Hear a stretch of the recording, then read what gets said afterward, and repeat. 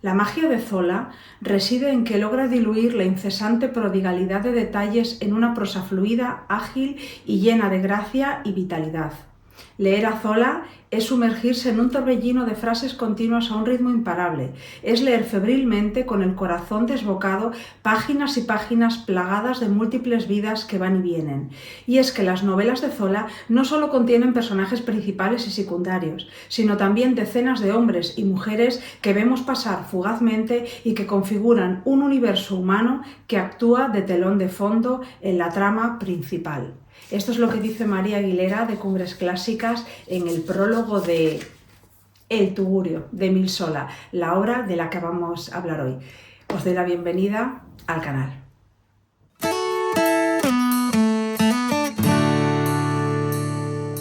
Como os digo, vamos a hablar hoy de El Tugurio, pero antes de ello quería hacer una pequeña introducción sobre el naturalismo, porque hace ya mucho tiempo, cuando subí la reseña de Ana Karenina y puse una pequeña introducción, hablé brevemente de lo que era el realismo, hubo gente que me preguntó que qué era el naturalismo, que cómo podía distinguirlo del realismo, y yo tenía en mente hacer un vídeo, lo que pasa que ya sabéis cómo van las cosas, fueron pasando, otras lecturas, yo quería hacer un vídeo apoyado en una novela naturalista, no acababa de leer una novela naturalista y finalmente a los últimos días de las últimas semanas de 2022 llegó a mis manos El Tugurio y por fin al leer la novela dije, este es el momento en el que yo voy a hablar de naturalismo porque ya tengo una novela en la que apoyarme. Así que vamos allá, vamos a hablar de naturalismo, pero antes quería recomendaros una serie de cosas. Primero, que si no habéis visto el vídeo de Ana Karenina o si no tenéis ni idea de lo que es el realismo, os voy a dejar en la caja de descripción el enlace para que veáis ese vídeo, porque no voy a repetir las características del realismo, simplemente voy a hablar de las del naturalismo. Así que si queréis compararlos, tenéis que ver las características del realismo en el vídeo de Ana Karenina, que ya os digo, son los primeros minutos del vídeo. En segundo lugar, os voy a dejar también enlazada en la caja de descripción la reseña que hizo su editor Trotalibros sobre esta obra, que la hizo la semana pasada. Y por último, María de Cumbres Clásicas tiene un vídeo. María es la persona que más fomenta la lectura de Zola en Booktube. Tiene un vídeo que es imperdible, que os voy a dejar abajo, sobre las obras de Zola y cómo empezar a leerlo y cómo continuar leyéndolo. Así que una vez que ya os he dicho que tenéis todos estos enlaces en la caja de descripción, vamos a comenzar a hablar de lo que es el naturalismo. A los franceses de la época les ocurrió lo mismo que a muchos de vosotros, que no tenían claro cuál era la diferencia entre el realismo y el naturalismo. De hecho, al principio se utilizaban ambos términos como si fuesen sinónimos. Se hablaba de novelas naturalistas o de novelas realistas sin tener en cuenta sus características o que eran diferentes entre ellas. Es Émile Zola el que en 1880 y en 1881 publica dos obras, que os dejaré por aquí las cubiertas, en las que habla de las diferencias entre naturalismo y realismo y dice que muchas de las obras que se están considerando realistas realmente no lo son, son otra cosa, son obras naturalistas. Ahora bien, ¿qué es el naturalismo? Pues dice Zola que el naturalismo no es una corriente literaria, que es una percepción del ser humano, una manera de observar al ser humano y tener en cuenta una serie de condicionantes de este ser humano para comprender su comportamiento y plasmarlo en una novela. Por lo tanto, de alguna manera sacamos en conclusión que para Émile Zola la literatura naturalista tiene mucho que ver con la ciencia, es la ciencia aplicada a la literatura. Claro que hay que tener en cuenta que los conocimientos de Zola acerca de ciencia eran más bien escasos y lo aplicó, a su manera. Aplicó algunas de las corrientes de pensamiento más importantes de la época, las que más le convencían y las que más le habían influenciado. ¿Cuáles son estas corrientes? Pues la primera, por ejemplo, el materialismo. Para Zola, el hombre era fundamentalmente fisiología. Y esa fisiología explicaba su psicología, o lo que es lo mismo, las afecciones del cuerpo pueden explicar las afecciones del alma.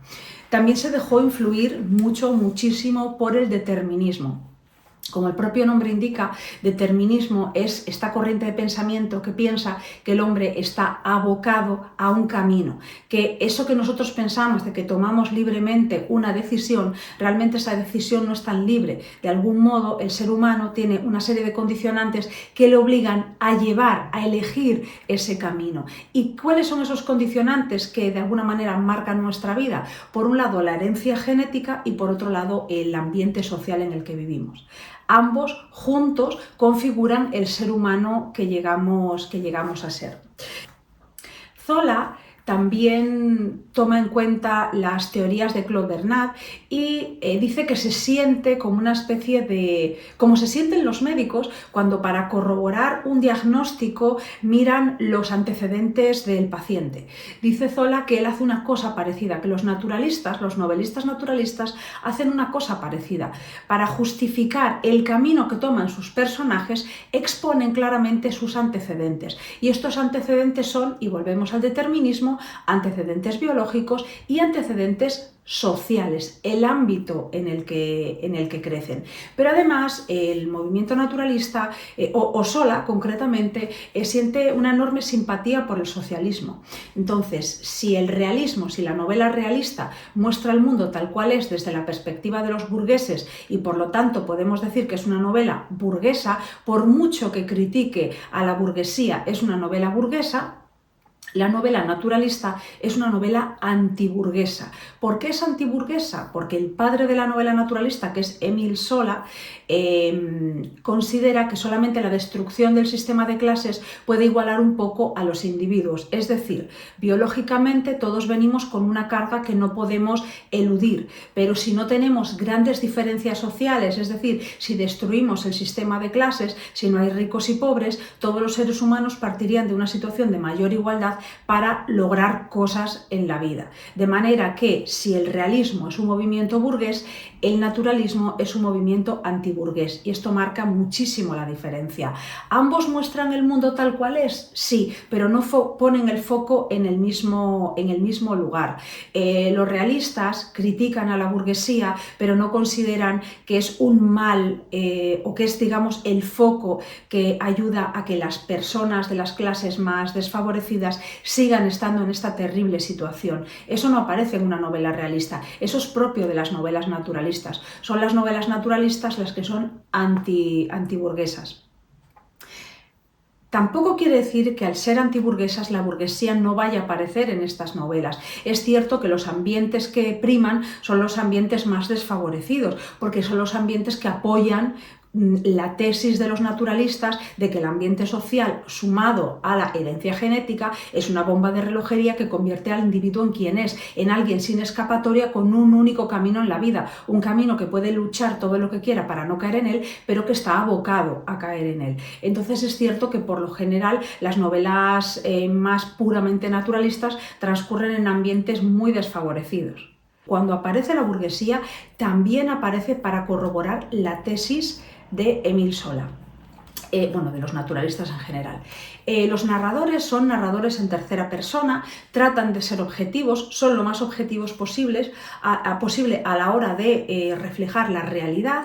De hecho, los autores hacen una labor de profunda documentación, lo documentan todo. Esto lo hacía Émile Zola, que se ponía con una libretita a tomar apuntes a la salida de una fábrica para ver a los obreros y no solamente saber cómo hablaban exactamente, sino cómo se comportaban, cómo mostraban el cansancio, el aburrimiento de la vida, la desesperación, sino que lo hacía también en España Galdós. Dicen que Galdós salía por los diferentes barrios de Madrid con una libretita apuntando cosas. Detrás de toda novela realista y detrás de toda novela naturalista hay una profunda documentación. Lo que diferencia ambas novelas es que la novela naturalista se centra en aspectos más truculentos por la tesis que quiere demostrar. Sus personajes es habitual que tengan o problemas de salud mental o problemas de adicción. Por ejemplo, el alcoholismo es muy habitual. Hay muchísima violencia, muchas veces como consecuencia del alcoholismo y a su vez como consecuencia de la pobreza. Y después hay muchísimos personajes con problemas y taras físicas. Porque de alguna manera, como yo os decía, que Zola estaba influenciado por como digo, por el materialismo y fisiología y psicología van unidos, de alguna manera él quiere demostrar que esas taras, esos problemas físicos, no sé muy bien cómo llamarlos, de alguna manera explican el desarrollo psicológico también de los personajes. Hubo muy poco naturalismo puro, lo que se dice naturalismo en estado puro. Están las obras de Émile Zola, está Guy de Maupassant, Daudet, los Goncourt, pero incluso todos estos, al margen de Zola, los demás tienen digamos, un periodo naturalista muy breve, enseguida lo abandonan para tomar nuevos caminos literarios. En Francia hay muy poco naturalismo puro, ya no digamos fuera de Francia. Fuera de Francia, pues, por ejemplo, aquí en España, que es lo que más conozco, hubo un naturalismo a la manera española, es decir, hubo un autor considerado como el Zola español, que es Vicente Blasco Ibáñez, un valenciano, gran escritor tristemente olvidado y muy poco leído actualmente, con obras como Cañas y Barro y La Barraca. Es cierto que mientras Zola, por ejemplo, el Zola del Tugurio del que vamos a hablar, se centra en el mundo obrero y en el mundo urbano, las bajas clases de las grandes ciudades, en el caso de Blasco Ibáñez traslada este naturalismo al mundo del campo, al mundo rural, pero digamos que es el naturalismo más puro que nos podemos encontrar en España. Después también hay autores con rasgos naturalistas en sus obras. Por ejemplo, estoy pensando en el Galdós de la Desheredada o en algunas obras de Clarín. Sí que hay elementos naturalistas, pero yo no diría que estos autores son naturalistas. El naturalismo de Emilia Pardo Bazán es un naturalismo cristiano, es decir, el propio Zola, cuando se dio cuenta, cuando descubrió que había una autora española llamada Emilia Pardo Bazán, que era naturalista y cristiana, él no entendía cómo podía aunar ambas cosas, ¿no? Por lo tanto, Emilia Pardo Bazán, que fue de las grandes defensoras de Zola, ya os diré ahora por qué, dice que nosotros tenemos un naturalismo a la española, es decir, ella, como profundamente religiosa, niega que el ser humano esté abocado a un único camino de desgracias, que no pueda escapar de él. Emilia Pardo Bazán es de las mayores defensoras de la figura de Zola. De hecho, por ejemplo, a Galdós y a Clarín los acusaban como si fuese un insulto de naturalistas. Hablaban pestes de Zola en Francia y en España, lo llamaban degenerado, decían que hacía apología del mal simplemente porque lo representaba en su obra. Y Emilia Pardo Bazán, por ejemplo, se ve en La cuestión palpitante, que hay varios textos en los que se recoge esta temática. Ella defiende la figura de Zola, dice que Zola no es ningún degenerado y que no hace apología del mal ni apología de nada, que simplemente muestra el mundo tal cual es, y esa realidad existe, aunque hay mucha gente que prefiere mirar a otro lado, ignorarla, porque es muy, muy dura. Lo dicho, no voy a hablar más del naturalismo en España, porque tengo pensado grabar un vídeo, si no de los autores naturalistas o del naturalismo en España en general, sí de Emilia Pardo Bazán en concreto, entonces ya desarrollaré más este tema ahí. En cuanto a si el naturalismo es propio de Francia o no, que esto también ha sido motivo de controversia. Yo diría, antes de leer el Tugurio y analizar el Tugurio así a fondo, yo decía que el naturalismo no era propio de Francia, que el naturalismo era anterior al naturalismo francés. Es decir, España tiene muchos elementos naturalistas. Uno de los elementos naturalistas que se ven muy habitualmente en la literatura española, yo me atrevería a decir que desde el siglo XIV, en el libro de Buen Amor, en la parte dedicada a Don Melón, Doña Andrina y Trotaconventos, es el reflejo de las clases más bajas y cómo eso afecta al individuo, ¿no? La pobreza o la ignorancia, cómo afecta al individuo. Esto se ve muy claramente en la Celestina, se ve mucho más claramente aún en el Lazarillo de Tormes, pero bueno, por ejemplo, en España, si nos vamos al siglo XX, el tremendismo de esta corriente creada por Camilo José Cela en la familia de Pascual Duarte, yo creo que es bastante heredera del naturalismo.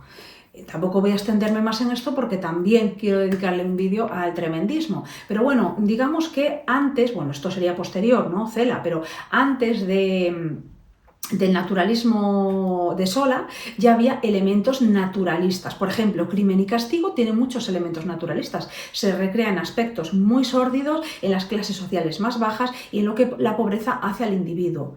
¿Por qué después del Tugurio a mí ya no tengo tan claro que no sea Zola el creador del naturalismo? Porque yo creo que la piedra angular del naturalismo no es ni la herencia genética ni el ambiente social turbio como creador de la personalidad de los individuos, que también son elementos capitales, pero digamos que para mí no es la piedra angular del naturalismo. Para mí la piedra angular del naturalismo es que todos estos elementos están al servicio de una única idea, y es que la destrucción de las clases sociales acabaría con la terrible pobreza, con la ignorancia y con ese mundo casi animal en el que se ven sumidos, y esto se ve mucho en Tugurio, los obreros, y no los obreros, digamos, la gente más pobre. La pobreza engendra ignorancia, la pobreza engendra violencia y la pobreza obliga a los individuos a tomar caminos que los denigran como seres humanos.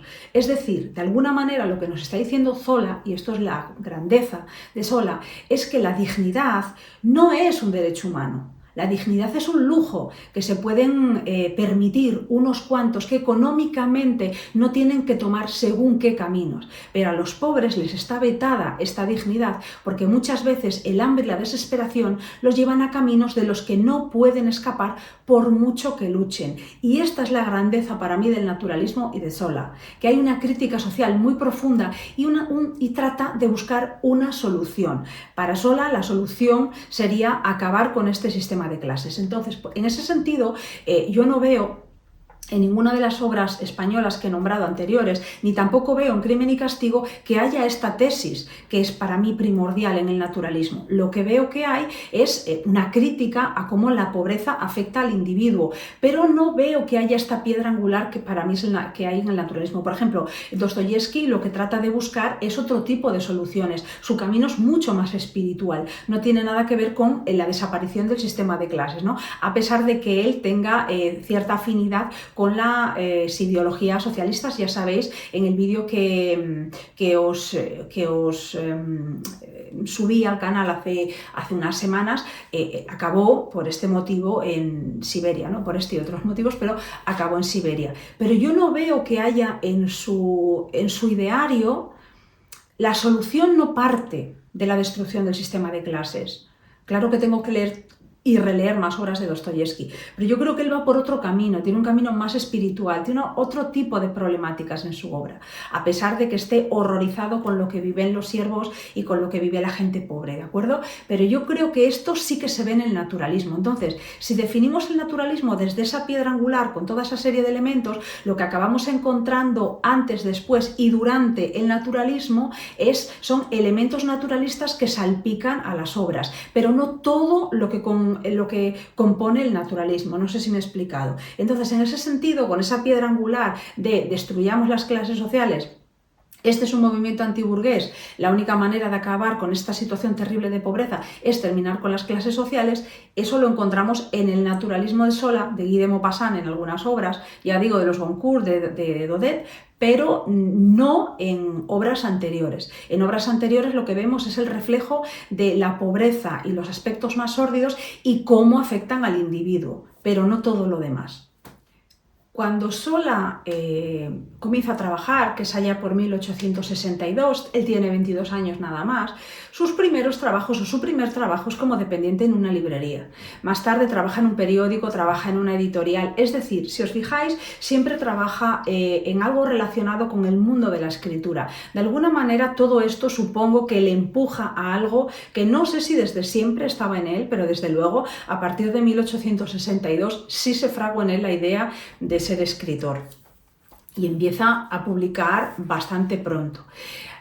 La obra de la que vamos a hablar hoy, que es El Tugurio, fue publicada anteriormente, hasta que apareció esta edición de Trotalibros, bajo el título de La Taberna y pertenece a un macroproyecto que Zola creó, dicen que por inspiración de la comedia humana de su admirado Balzac, que es la creación de una serie de obras, concretamente 20, que aúnen, por un lado, la historia de una familia de Plassans a lo largo de 5 generaciones, generaciones. De hecho, comienza con la matriarca de la familia, que es una anciana, y es en la primera novela, La fortuna de l'Ourjon, de 1871, y termina con el más pequeño de todos, que es un niño nacido fruto del incesto y que aparece en la obra titulada El doctor Pascal, que es de y voy a comprobarlo, de 1893, efectivamente, de 1893. A lo largo de todos esos años fue creando estas 20 novelas en las que se cuenta, ya os digo,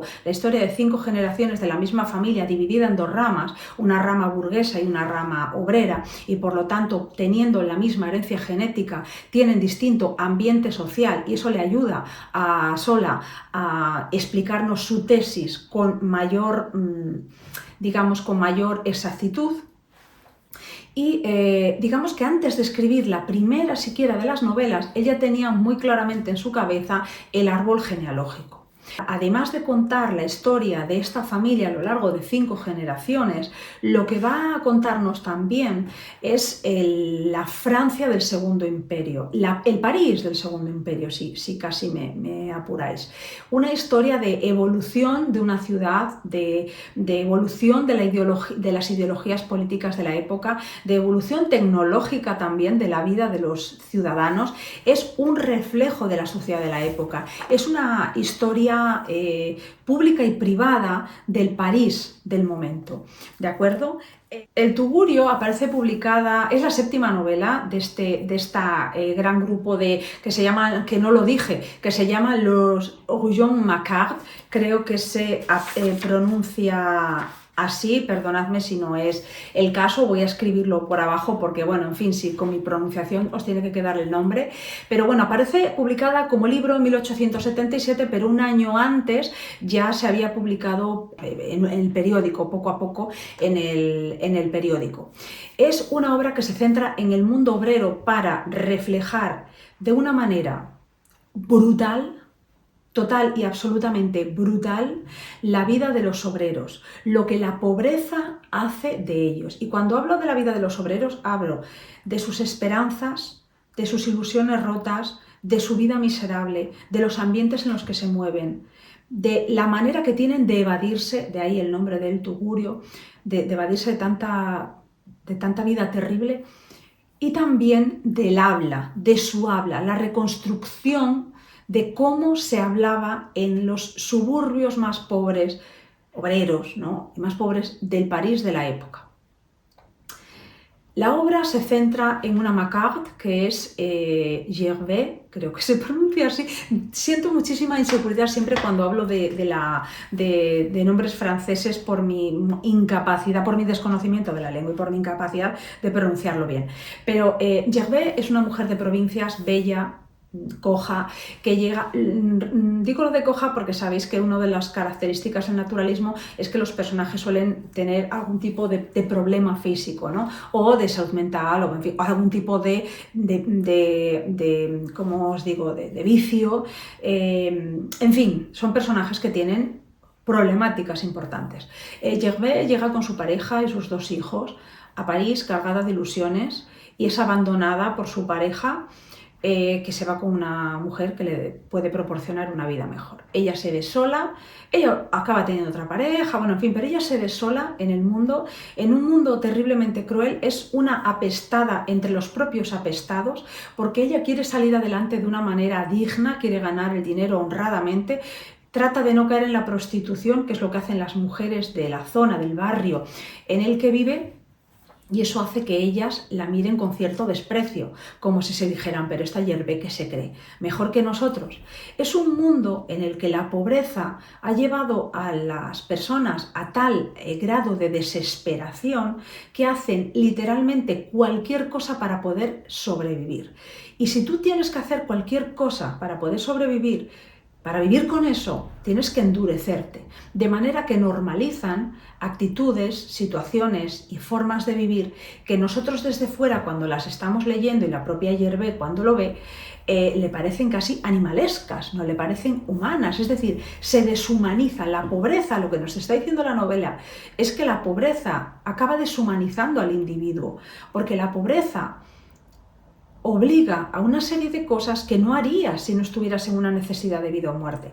Pero es más, esta gente cuando ya lo ha perdido todo, porque siente incluso que ha perdido la dignidad y necesita olvidar la situación terrorífica e imposible de superar en la que se encuentran, se van a este famoso tugurio, a un lugar donde uno va a olvidar incluso que existe, a beber hasta caer inconsciente.